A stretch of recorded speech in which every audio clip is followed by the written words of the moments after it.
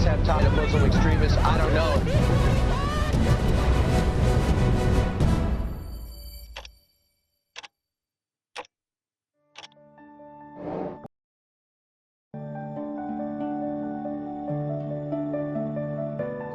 1 month after the United Arab Emirates decided to normalize its relations with the Israeli regime, the country's Mohammed bin Zayed University of Artificial Intelligence and the regime's Weizmann Institute of Science agreed to work together on various arenas. The Memorandum of Understanding was the first signed between the two sides' higher education bodies. The aim was facilitating academic exchanges, holding conferences, sharing computing resources, and establishing a joint virtual institute of artificial intelligence. A few months later, and just before the new year, Haifa University signed a cooperation agreement with Trans, with a major focus on geopolitical shifts, international relations, security and military affairs, and economic sustainability in and around the Middle East.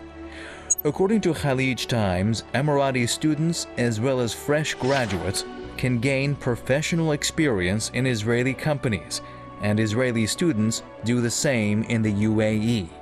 But while the so-called agreements were announced with much fanfare as educational collaboration between the two newfound friends, dissenting voices are being heard every now and then, even of prominent figures from within the United Arab Emirates. In late January, the wife of the ruler of the Sharjah in the United Arab Emirates lashed out at the educational agreements in a brief tweet saying that the Israeli curriculum advocates for the killing and raping of Arabs. Sheikh Jawahir al-Ghassemi also retweeted a tour guide who described Israeli Education Minister Yoav Gallant this way.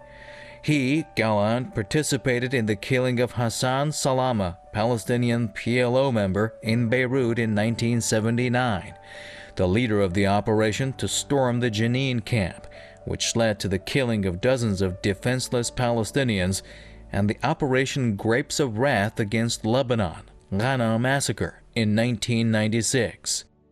A rare phenomenon of its kind, al-Ghassemi's tweet and retweet were welcomed by users. For example, Jordanian singer Makari Salam Nahas tweeted, "Much respect to you, Sheikh Jawahir, for your great stance that has touched the hearts of Arab people and represents them."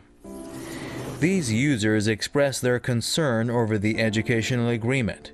Some said that Israel's curriculum not only incites hatred against Arabs, but is a complete anti-Arab ideology, and warned against the overt infiltration of the Zionists into Arab society.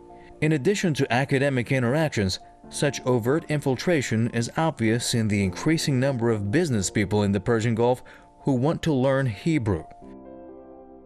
In last November, Emirati authorities confirmed HI, the first Hebrew language and Israeli culture institute in the UAE, would be open for those interested in Israeli conversation, culture, and cuisine in 4 locations in Abu Dhabi and Dubai in January. The princess's tweet is regarded as the most explicit objection coming from elite ruling circles in the UAE since normalization with Tel Aviv. The Emirati authorities have made it clear that residents critical of the agreement will be monitored and tracked.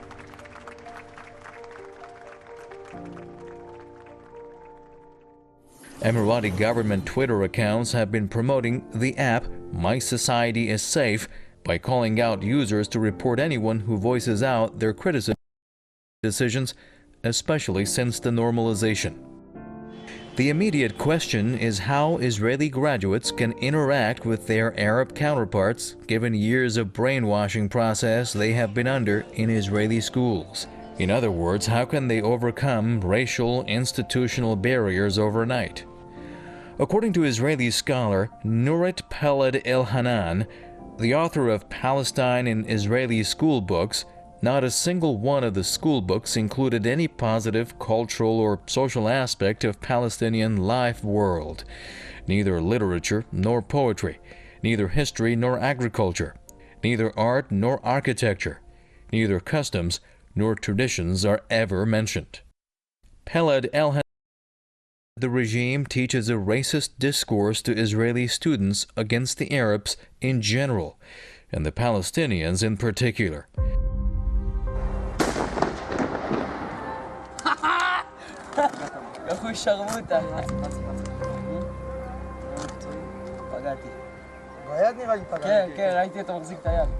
Such racism can be seen everywhere, from shooting Palestinians as a game to dynamiting their homes as a fun thing. The issue that Israeli students and graduates can treat Emiratis as different from other Arab nationalities speaks about the special relations between Abu Dhabi and Tel Aviv, even before the so-called normalization. But another is the so-called educational agreements. While the term education conjures up things such as academic activities and culture in general, the educational agreements between Abu Dhabi and Tel Aviv seem hardly more than a misnomer.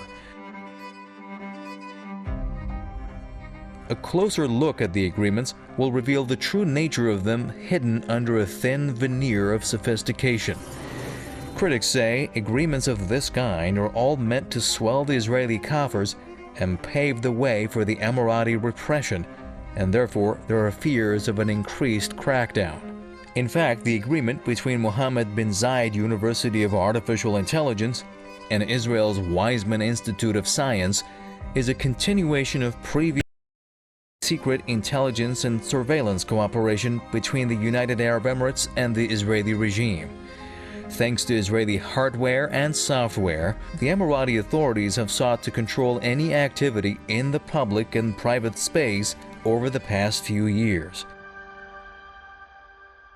In the words of Professor Andreas Krieg of King's College London, it has contributed to a constraint of the freedom of speech over the past decade that is unprecedented in its rigidity, even in the Gulf.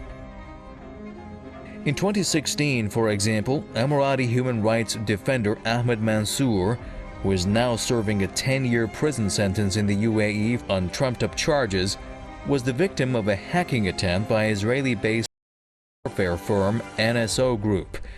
The Emiratis had already enjoyed pre-normalization surveillance collaboration in many cases, one of them the Falcon Eye, where a mass civil surveillance system was installed in Abu Dhabi by an Israeli-owned company.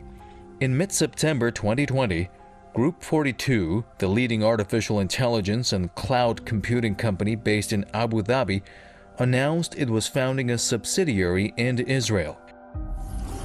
The new office, according to the company's official website, was meant to allow access to technologies and talents available in the country, while also serving as a gateway for Israeli companies seeking to expand their operations in the UAE and the Middle East.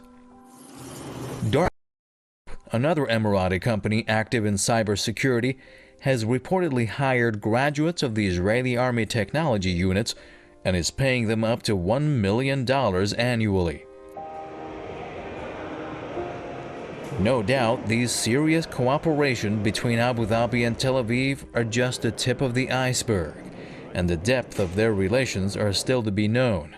But what is known for the present is that the underlying theme of the so-called Abraham Accords is barely more than a military or intelligence cooperation between the authoritarian rulers of the UAE and the Israeli regime, whether it is called educational cooperation or trade interaction. What all these deals turn out is espionage and surveillance at home or abroad. Rulers who don't have the support of their people need a big brother to teach them how to watch their people.